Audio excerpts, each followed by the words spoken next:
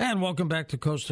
Barbara DeLong has been a seeker of the mysteries of spirituality and a practitioner for more than a half a century, of at least what she will admit to. And during the time, she has become an international known podcasting host, author, artist, lecturer, ordained minister as well, and documentarian.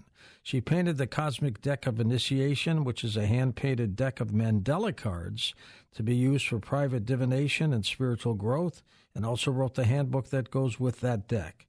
In this year, she co-authored Before Roswell, The Secret History of UFOs with Ken Godsward. Her website is a teaching site combining personal information and a plethora of spiritual information and insight. Barbara, welcome to the program. I'm looking forward to this. Oh, I'm looking forward to it, too. What took you so long to write this book? Well, I'll tell you something. Ken and I both did a lot of work on it, but mostly it was Patrick Cook's work that we worked from, and he was my late husband. Oh, well, we miss him. He was a great guest on our program. I know. I sat up many hours with him while he was talking to you.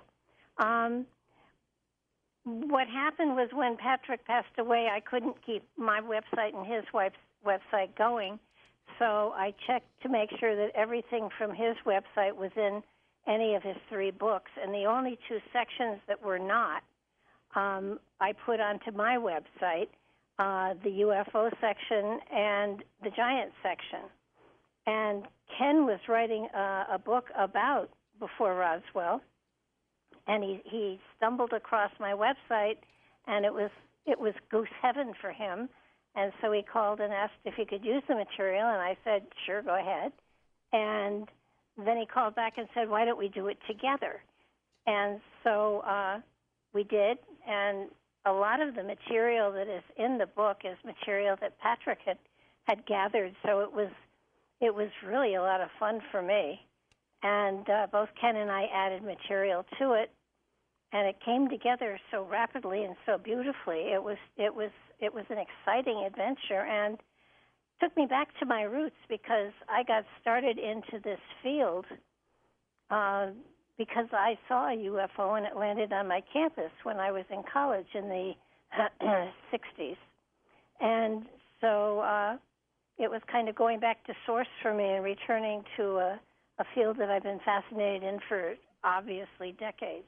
Now, how far back do you go back investigating past UFO cases? Well, actually, I think the last date that we have in the book is 270,000 years BCE. Wow. Obviously, it was not printed material, but it was in the Sumerian kings list, and in the Sumerian kings list, their kings reigned in the sky, so they had to fly into the sky to reign. And you go all the way back up to a year before the Roswell episode. No, to Roswell.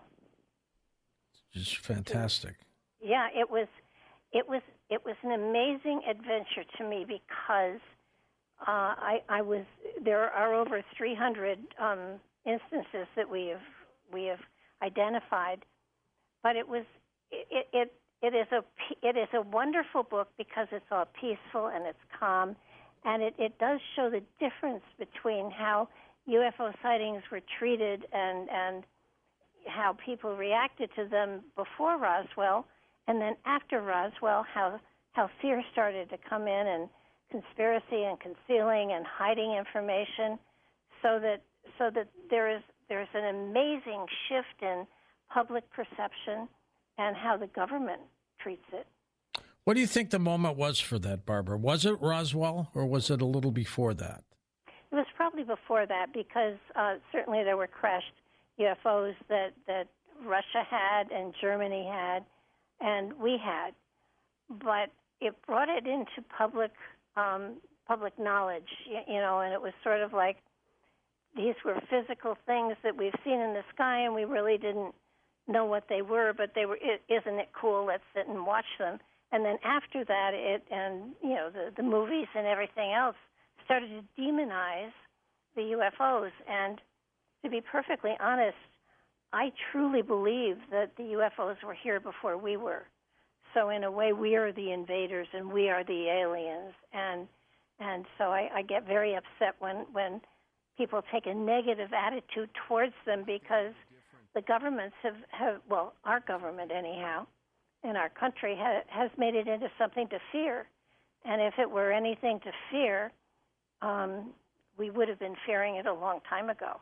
I think you're absolutely right. And what is your personal perception, your personal views? I'm sure you have them by now, on just what these things are. Well, I think that they were, and actually are now, well, right now in the sky you don't know who owns what. They don't have name tags on. Everybody's got, vehicles that they're trying to fly the same way that the UFOs fly. In my personal belief system, they were originally, for the most part, drones that were being sent to check out the planet. And after the Rendlesham Forest incident, I truly believe that some of them are time travelers, just checking us out and seeing what we're doing and how we're doing.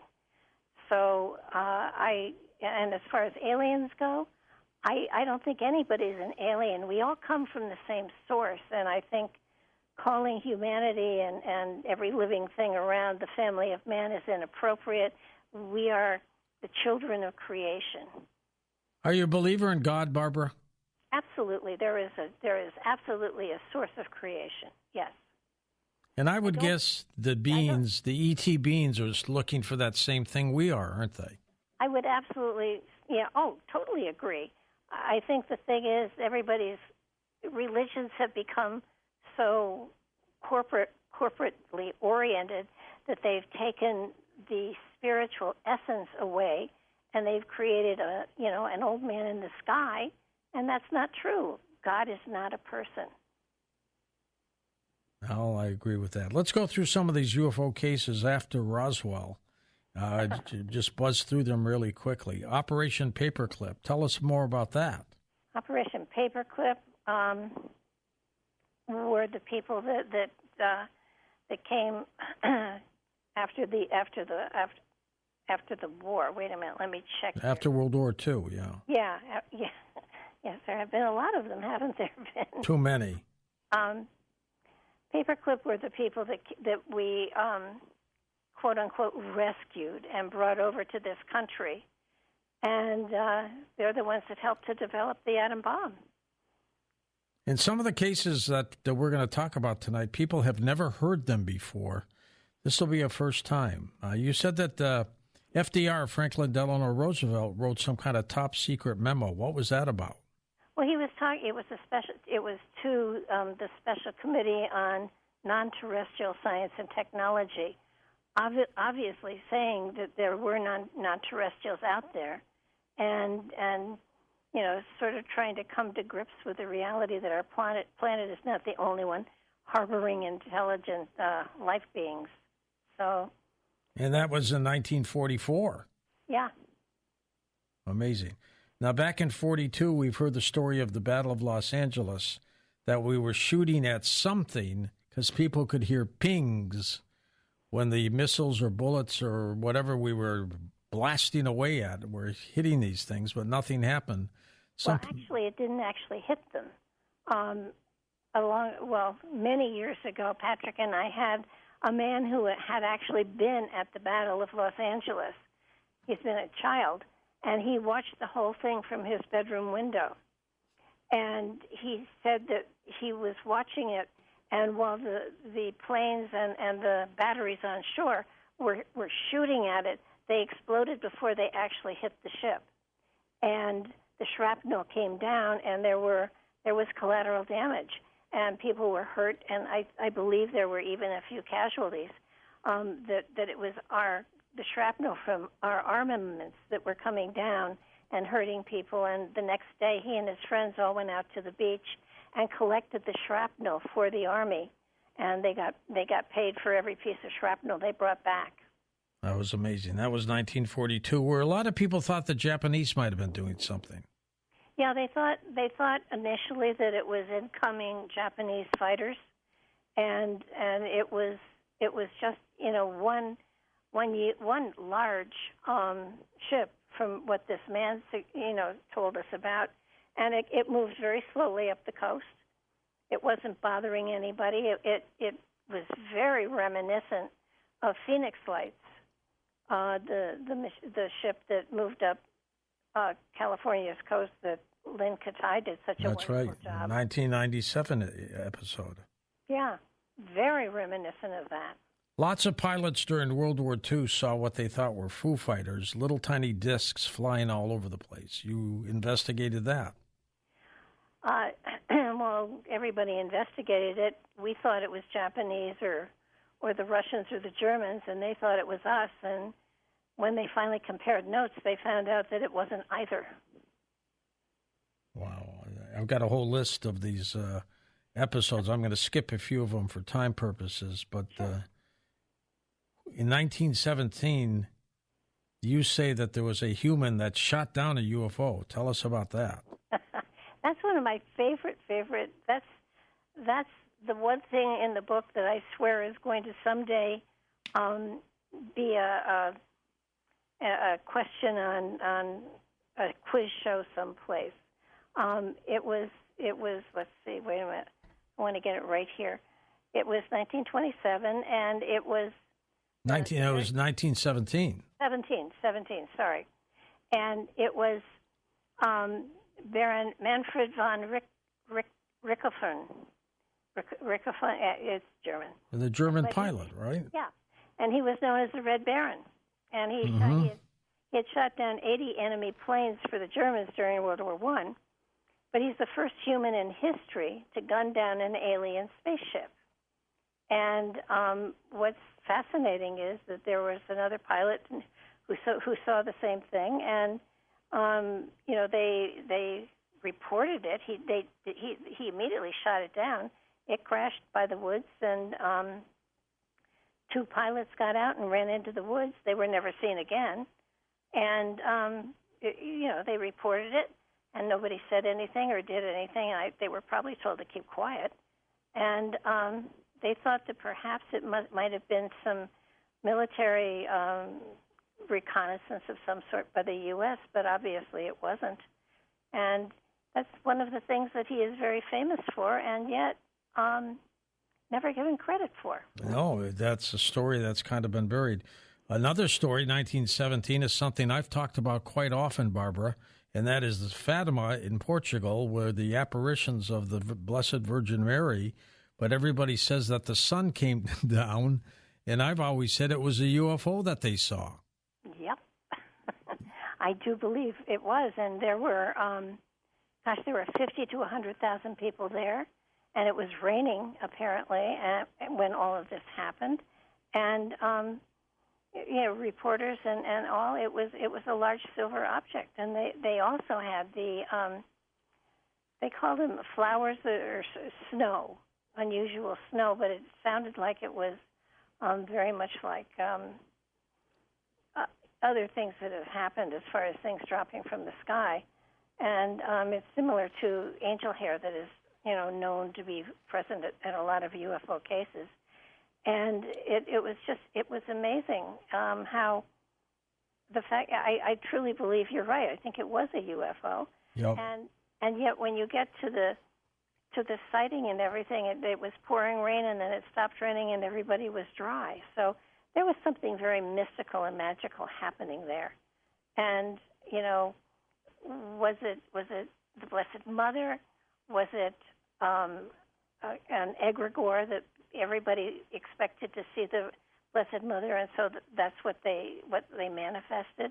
I don't know. I think in cases like this, the element of an egregore has to be considered as well. In 1915, a case I had never heard about before until I saw your book. In Turkey, a regiment of British Army members, 800 men, simply disappeared. Where did they go? Well, now there was a fog. There was a strange fog, and they were attempting to take a hill at Sylvia Bay near Gallipoli. There were 22 witnesses. The regiment of over 800 men marched into a strange fog of clouds hovering over the hill, and they were never seen again. And the British thought that they had been taken prisoner, and the Turks just denied any knowledge of the existence at all. And no sign of the regiment has ever been found. 800 men.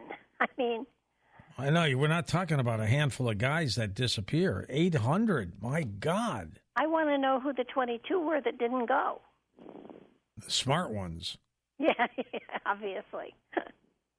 What's your best guess on that one, Barbara? What a story. I think the fog opened a portal to another dimension, and they marched into another dimension. Now, that's interesting. Like they walked through a portal or something? Yeah, I think it was a portal. And they could never find their way back? Well, I think they walked into another dimension that had a physical reality similar to ours. They probably were... I think they went into a dimension that was very similar to the Earth plane right now, almost like on another timeline, almost. And I think that's what happened. I don't think they were taken into a ship and whisked off someplace. I think they became interdimensional. The late Jim Marrs talks about the 1897 Aurora, Texas UFO crash.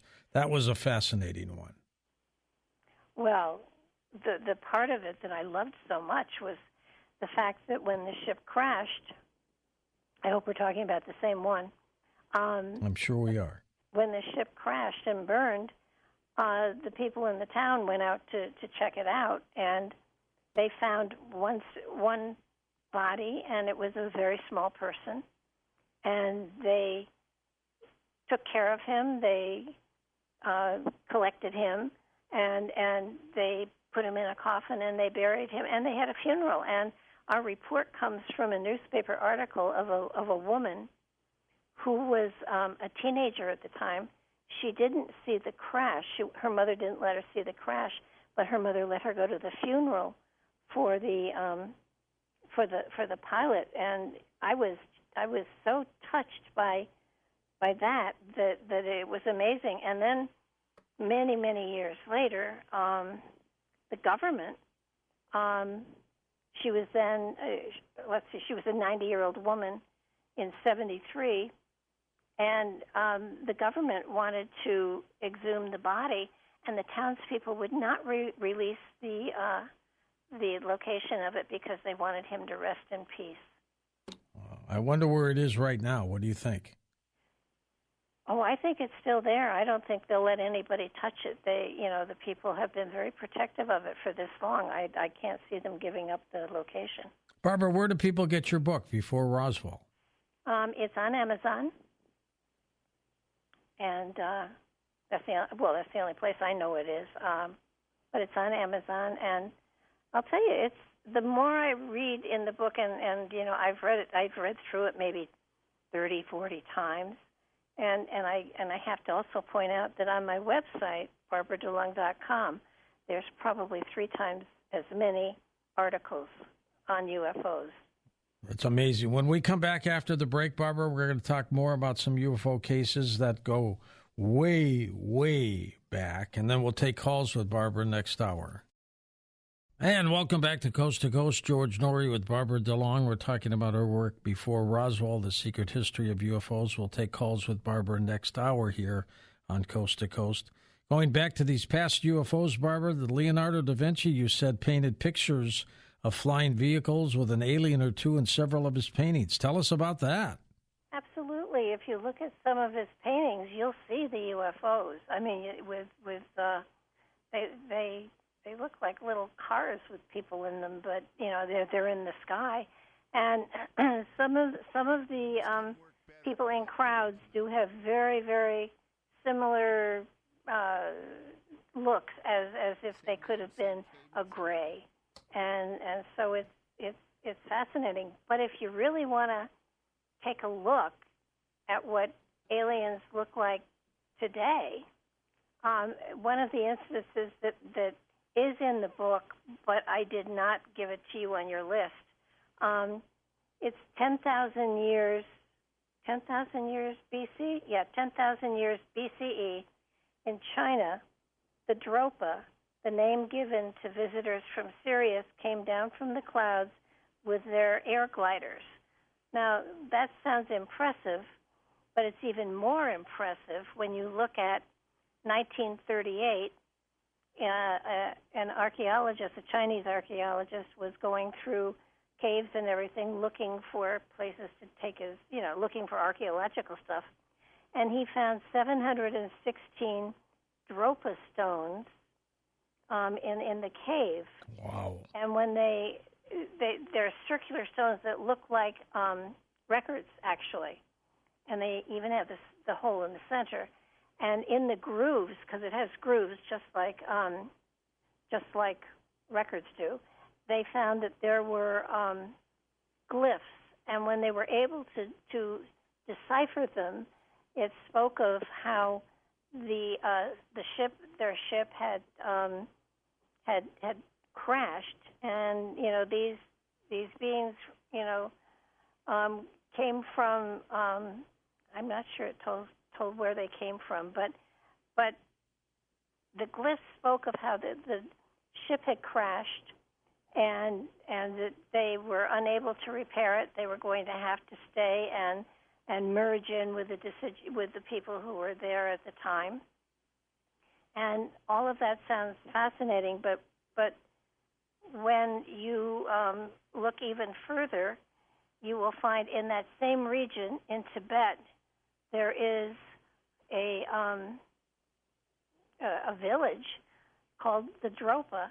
And they are diminutive people, very, very small, and they have their eyes are different, they're a different shape, and their blue eyes are a different color. And that tribe exists to this day.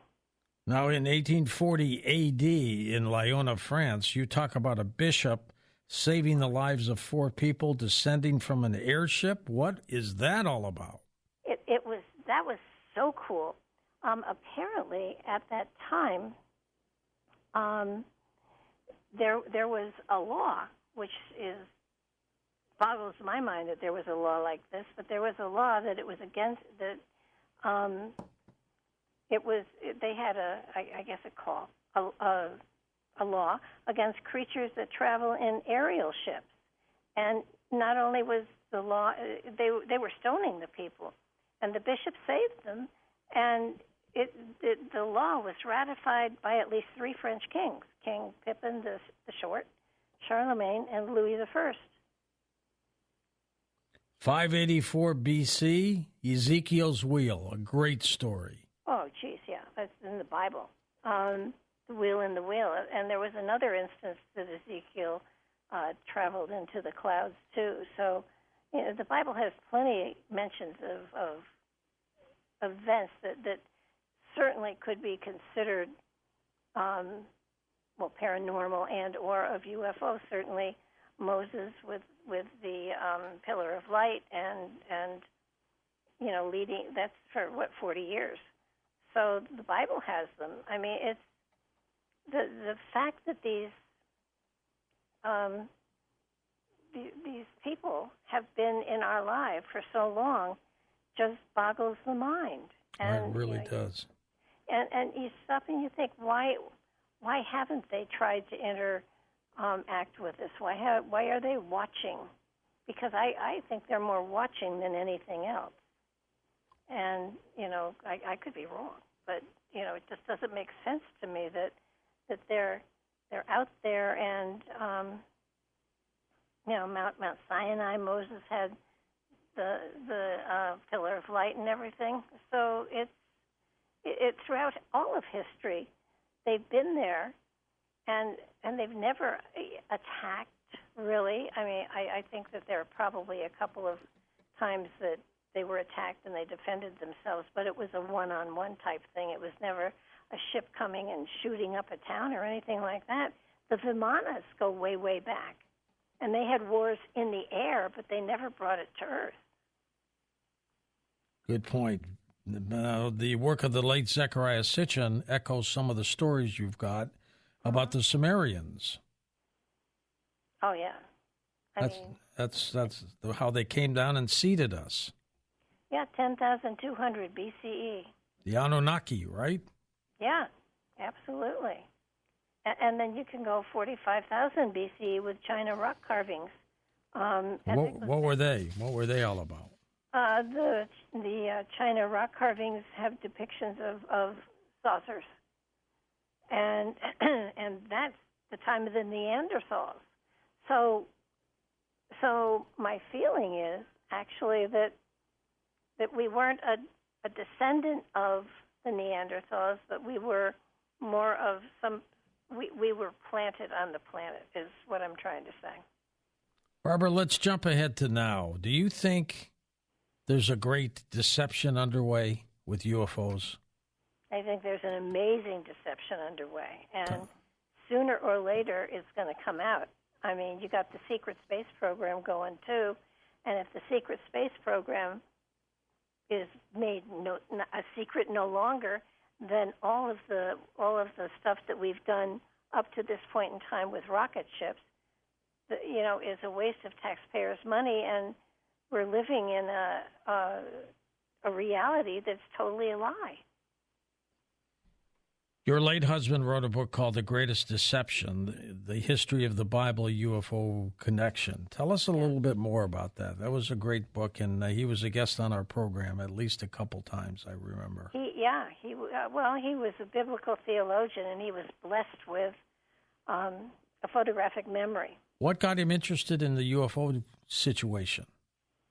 He was studying he was a contractor, and he was working on a church with another man, and they were talking religion, and the other guy, sent him to a couple of places in the Bible where obviously there were UFOs, and that's what started him. And then, of course, he couldn't stop. He went through the Bible over and over again, looking for situations, and the entire book on The Greatest Deception is every instance that he found in the Bible that related to UFOs.